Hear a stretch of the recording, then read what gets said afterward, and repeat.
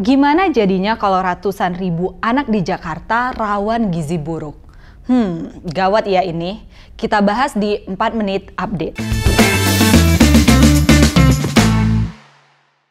Dilansir dari Kumparan News dari data Badan Pusat Statistik, sebanyak 798.107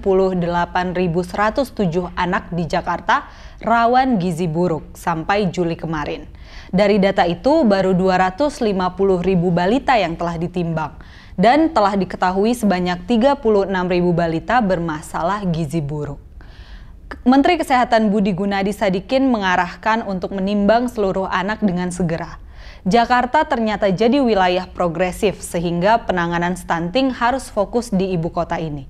Meskipun Jakarta adalah ibu kota, kota metropolitan, ternyata nggak bikin Jakarta menjadi kota yang sudah maju dan sehat. Kalau dari pengamat perkotaan Universitas Trisakti, gizi buruk yang terjadi di kawasan metropolitan ditemukan karena penataan kota berjalan buruk. Karena itu, meskipun kota besar, di wilayah tertentu akan ada sistem sanitasi yang buruk dan sulitnya akses air bersih.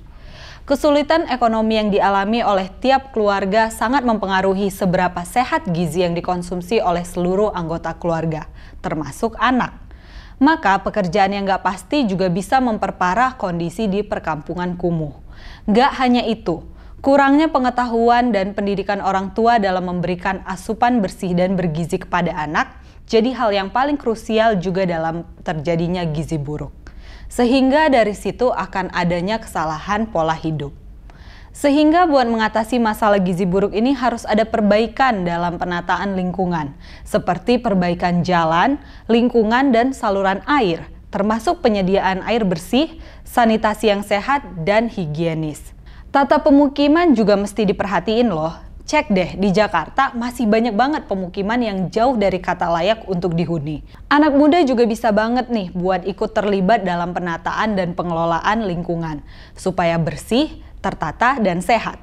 Selain itu, perbaikan kampung pemukiman harus dilakukan beriringan dengan penyediaan lapangan kerja, peningkatan kesejahteraan warga yang akan meningkatkan kemampuan masyarakat memenuhi kebutuhan gizi yang layak.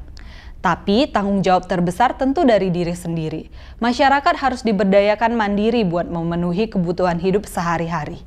Berdasarkan upaya-upaya yang sesuai dengan kriteria sehat yang tepat, nggak boleh malas dan tetap terbuka dalam menerima dan menerapkan pola hidup, termasuk pola makan yang sehat dan penuh gizi. Target Menkes 3 bulan ke depan harus bisa berhasil menurunkan stunting hingga 20%. Salah satu program Kemenkes RI untuk survei status gizi Indonesia adalah Gerakan Anak Sehat. Dari laporannya, stunting mengalami penurunan menjadi 21,6% tahun 2022, yang sebelumnya sebesar 24,4%. Nah, sepertinya Kemenkes harus melirik mahasiswa Teknik Informatika Untak Surabaya, Rizky Fajar Hidayat, yang berhasil bikin peta penyebaran gizi buruk di Jawa Timur. Inovasi ini bermula ingin memperbaiki sistem pemetaan penyebaran gizi buruk Dinas Kesehatan Jawa Timur. Kini, karena peta buatannya, informasi yang muncul lebih rinci tentang penyebaran gizi buruk dan tingkat penyebarannya di suatu daerah dengan bentuk visualisasi. Wah, bisa membantu mempercepat atasi gizi buruk di Indonesia nih. Menurut kamu selanjutnya bahas apa ya, G-Friends? Tulis di kolom komentar dan jangan lupa bagikan video ini ke semua circle kamu ya.